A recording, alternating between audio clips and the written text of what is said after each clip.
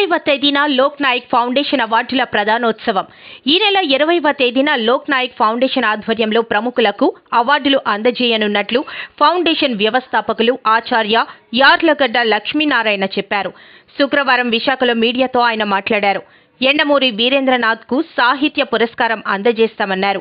ముఖ్య అతిథిగా megastar Chiranjeevi, సభాధ్యక్షతగా high court న్యాయమూర్తి జస్టిస్ ఆకుల శేషసాయి హాజరు కానున్నారు.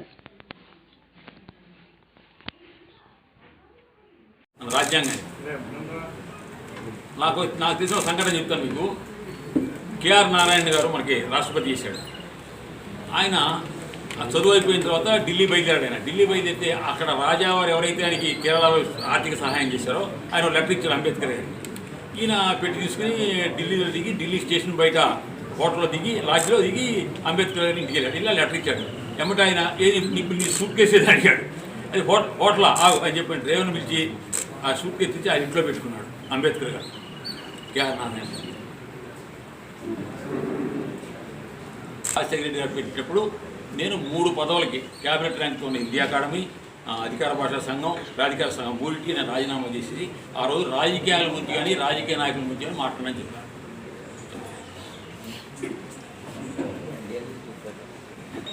ఆయన భార్య కానీ భారతి గారు కానీ ముఖ్యమంత్రి గారు కానీ నన్ను ఎంతో గౌరవించారు. ఆ ముఖ్యమంత్రి కాగానే ఇంటికి పిలిచి నన్ను జస్టిస్ చలమేశ్వరాన్ని జస్టిస్ రఘురామని ఇంటికి పిలిచి భోజనం పెట్టి బట్టలకి పంపించారు. తర్వాత నేను బాబు ఈ భాషకు సంబంధించి ఈ పని అంటే ఇప్పుడు అన్నయ్యం చెప్తే చేయండి అన్నాడు తప్ప అంత గౌరవంగా అనిపిస్తుంది. అంతవరకు ఉన్న వ్యక్తిగతంగా అంటే చాలా గౌరవం. అయితే నా పాయింట్ ఏంటంటేనండి, ఒక పిచ్చి కేసులు పెట్టి జైల్లో పెట్టారు. 16 నెలలు బెయిల్ రాకుండా చేశారు. అయినా జైల్లో ఉండి పార్టీ నడిపాడు, పేపర్ నడిపాడు, ఛానల్ నడిపాడు, వ్యాపారాలు నడిపాడు. 16 నెలల తర్వాత జైలు నుంచి బయటకు వచ్చి ఆ చిన్న వయసులో 3850 కిలోమీటర్లు పాదయాత్ర చేశాడు. చేసి 151 మంది ఎమ్మెల్యేలని 20 మంది ఎంపీలు గెలిపించాడు సింగిల్ హ్యాండెడ్గా. పైగా ఎన్టీ రామారావు వచ్చినప్పుడు అన్నా రా రా రా రా అన్న అని స్వాగతించారు. పాపం ఈ జగన్మోహన్ రెడ్డి పెడితే దొంగ పడ్డారు. పిచ్చి రాత్రులు లక్ష కోట్లు పోతుంది, 1,00,000 కోట్లు పోవాలి కోట్లు ఆయనే చెప్పాడు. జడ్జి లక్ష్మణ్ గారు చెప్పాడు అది 1100 కోట్లు 600 కేసులు. కాబట్టి అప్పుడు హీరో చేశాడు, సింగిల్ హ్యాండ్ వచ్చాడు. మళ్ళీ ఆయన ఏం పనులు చేస్తున్నాడో వాటి ఫలితం ఆయన అనిపిస్తాడు. అయితే ఒక మాట ఈరోజు కూడా నాకు ఆయనంటే గౌరవం ఎందుకంటే నాకు ఎవరో అవసరం లేదు, మీరు ప్రజలు దేవుడు అని ఏమన్నా ఇంకొక మాట అనండి. నాకు తెలిసినంత వరకు భారత రాజకీయాల్లో నేను మంచి చేశాను అనుకుంటే గెలిపించండి, నేను మంచి చేశాను అనుకుంటే ఓటేయండి, లేకపోతే ఏంటన్నాడు. ఇంత గొప్ప మాట ఈరోజు వరకు ఏ రాజకీయాలకు మాట్లాడాలి భారతదేశం. సాహసం కదండి, ఇది హీరో. బట్ ఆగకుండా ప్రతి సంవత్సరం ఎన్టీ రామారావు వర్ధంతి చేస్తున్నటువంటి ఏకైక సంస్థ మాది. ఎన్టీ రామారావు వర్ధంతి, అదేవిధంగా నాకు ఇష్టమైనటువంటి ప్రియమైనటువంటి కవి హరివంశరాయ్ బచ్చన్ గారు, అమితాబ్ బచ్చన్ గారు తండ్రి.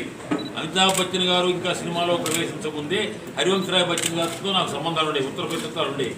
ఆయన హిందీలో హాలావాదం అనేటువంటి కానీ ప్రవర్తకుడు. ఆయన మధుశాల, మధుబాల, సతరంగిణి, మధుకలశ అనేటువంటి కావ్యాలు రాసిన ప్రముఖ హిందీ కవి హరివంశరాయ్ బచ్చన్ గారు. వాళ్ళిద్దరూ వర్ధంతి జనవరి 18 అవడంతో గత 19 సంవత్సరాలుగా ఈ 18 తారీఖు వాటిని గుర్తు చేసుకుంటూ ఈ పురస్కారాలు ఇవ్వడం జరిగింది. ఎండమూరి వీరేంద్రనాథ్ గారు ఒక 5 దశాబ్దులు అంటే ఒక 50 సంవత్సరాల పాటు ఈయన ఏం రాస్తాడు కొత్తనామా అనేటువంటి చేసిన మనిషి. అంతేకాకుండా యువతలో పఠనాశక్తిని పెంచినటువంటి రచయిత ఆయన తులసీదళం అనేటువంటి ఒక నవల మొదలుపెడితే సీరియల్ మొదలుపెడితే ఆంధ్రభూమిలో అంతకుముందు 10,000 సర్క్యులేషన్ల 1,00,000 సర్క్యులేషన్ పెరిగిపోయింది ఒక్క సీరియల్తో. అంతేకాకుండా ఆయన విజయానికి 5 మెట్లు అనేటువంటి వస్తువు రాస్తే అది 3 కోట్ల రూపాయలు అమ్మకాలు జరిగింది. అట్లా తెలుగువారికి ఒక గౌరవాన్ని తెచ్చినటువంటి నవల రచయితగా గౌరవం తెచ్చేవాళ్ళు ఎండమూరి వీరేంద్రనాథ్. ఆ తరంలో చాలా గొప్పవాడు. పుష్కొండలో జరుగుతుంది ప్రతి సంవత్సరం. గత 19 సంవత్సరాలుగా ఎన్టీఆర్ గారి వర్ధంతి రోజున ఈ పురస్కారాలు ఇవ్వడం మాకు ఆనవాయితీగా వచ్చేది. ఈ సంవత్సరం శనివారం వచ్చిందని చెప్పి 20వ తారీఖు మార్చాం. దీంట్లో వార్షిక సాహిత్య పురస్కారం 2 లక్షలు, జీవన సాఫల్య పురస్కారం 50,000 చొప్పున ప్రదానం చేయడం జరుగుతుంది. ఈ సంవత్సరం ఈ సాహిత్య పురస్కారం ఎండమూరి వీరేంద్రనాథ్ గారికి ఇవ్వడం జరుగుతుంది. అదేవిధంగా జీవన సాఫల్య పురస్కారం కింద ఎండ్ల రామసుబ్బారెడ్డి గారు ప్రఖ్యాత మనోవిజ్ఞాన వైద్యులు, రెండు, రాధాకృష్ణరాజు గారు బెంగళూరులో తెలుగు విజ్ఞాన సమితి అనేటువంటి చెప్పి తెలుగు వారికి ఎంతో సేవ చేసిన రాధాకృష్ణరాజు గారు.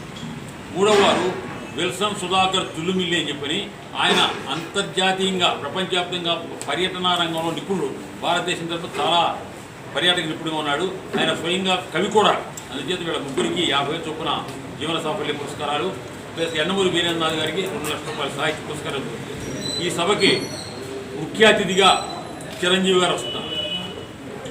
అధ్యక్షుడిగా ఆకుల శేషాయి గారు, హైకోర్టులో ఉన్నటువంటి చాలా సీనియర్ న్యాయమూర్తులు ఆయన. తర్వాత విజ్ఞాన్ సంస్థల నుంచి లావు కృష్ణదేవరాయలు, రత్తయ్య గారు రావాల్సింది. రత్తయ్య గారు చైనా పర్యటన మనం, వాళ్ళ అబ్బాయి లావు కృష్ణదేవరాయలు నరసరావుపేట ఎంపీ, ఆయన వస్తున్నారు. తర్వాత గంటా శ్రీనివాసరావు గారు, అందరూ రావాల్సిందిగా కోరుతున్నారు. జూనియర్ ఎన్టీ రామారావు ఎవరైతే ఉన్నారో అతను ఆకాశంలో ఉన్నాడు. అతను ఎవరన్నా కించపడతాడని భావిస్తే అది ఆకాశంలో ఉమ్మేసినట్టే వాళ్ళ మీద పడుతుంది. అతని ఏం లోపం లేదు. అతని యొక్క విజయానికి, అతని ఈ స్థాయికి చేరడానికి ఒక్కళ్ళే కారణం. ఎవరో తెలుసా? వారి తల్లి శాలిని. జూనియర్ ఎన్టీఆర్ యొక్క మదరు శాలిని గారు. అసలు ఆ కుర్రాడు ఆ స్థాయికి ఎదగడానికి ఆవిడ తన జీవితానంతా పడంగా పెట్టి పెంచింది. శివాజీని జిజియాబాయి ఎట్లా పెంచిందో అట్లా శాలిని గారు ఆ కుర్రాడికి స్థాయి రావడానికి చేసింది. వాడి కూడా ఆకాశంలో ఉన్నాడు. వాడి ఫ్లెక్సిబిలిటీ అడిగిపోద్ది.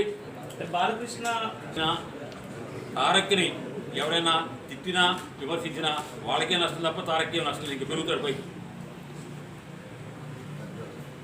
డ్యాన్స్ ప్రోగ్రాం మన అసెంబ్లీ హాల్లో అప్పుడు ఒరిస్సా గవర్నర్ సత్యనారాయణ రెడ్డి గారు చీఫ్ గెస్ట్గా వచ్చారు. కోర్టుపాటు ముందుకెళ్ళి మేమంతా కలిసి ఒక కార్యక్రమం చేస్తే దానికి వచ్చి ఫస్ట్ టైం డ్యాన్స్ చేశారు. ఇక్కడ ఈ రిహార్సల్స్ కింద మనం హిందీ డిపార్ట్మెంట్ కింద రూమ్లో రిహార్సల్ ప్రాక్టీస్ చేస్తున్నాడు. చాలా మంచివాడు. వాళ్ళ తల్లి పెంపకాన్ని